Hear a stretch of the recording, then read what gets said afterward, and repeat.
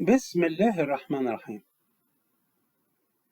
عنوان هذه الحلقة: فجر نفسه في الألغام كي يعبر الجنود.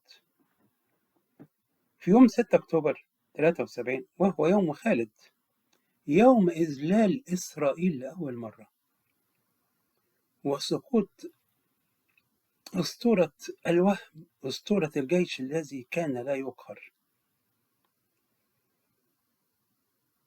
عبر الجنود قناة السويس،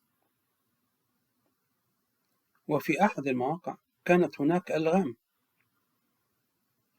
واحتاجوا إلى سلاح المهندسين كي يأتي كي يحدث ثغرة في هذه الألغام ويفجرها، وكان لابد للجنود أن ينتظروا، والدقيقة كأنها كالدهر. فقام أحد الجنود من أبناء الصعيد بإلقاء نفسه على لغم وهو يدرك تماما أنه سينفجر فيه، وعبر الجنود بعد أن تم تفجير اللغم. أنا أريد أن أسأل كل مشاهد: ما الذي دفع هذا الجندي أن يفعل ذلك؟ إلا حب مصر.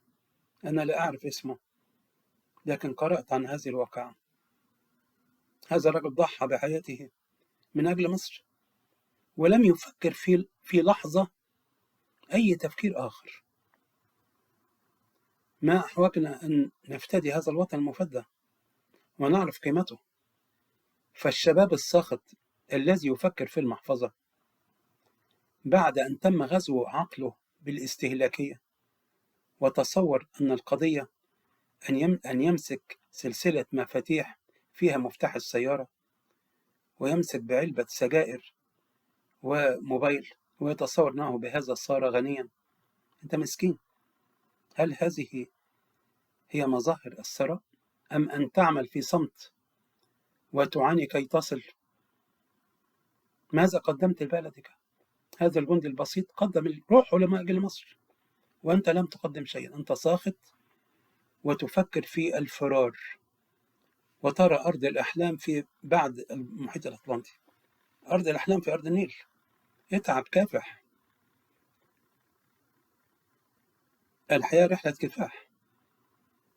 فأرجوك أيها الشاب، تذكر هذا الجندي من صعيد مصر الذي ضحى بحياته وفجر نفسه في الألغام كي يعبر الجنود ويواصلوا قتال الإسرائيليين. شكرا جزيلا.